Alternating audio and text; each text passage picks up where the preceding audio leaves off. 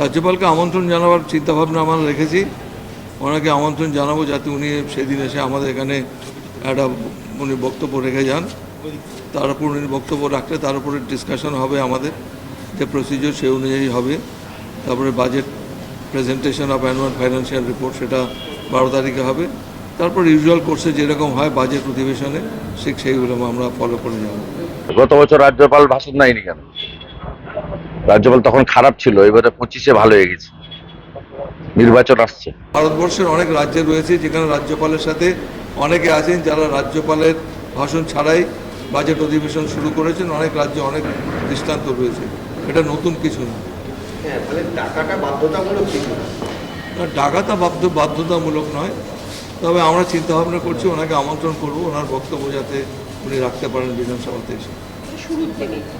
একদম মানে সেটা কি বাজেট ভাষণই স্যার নাকি না? বাজেট ভাষণ কেন, উনি তো স্পিচ দেবেন একটা।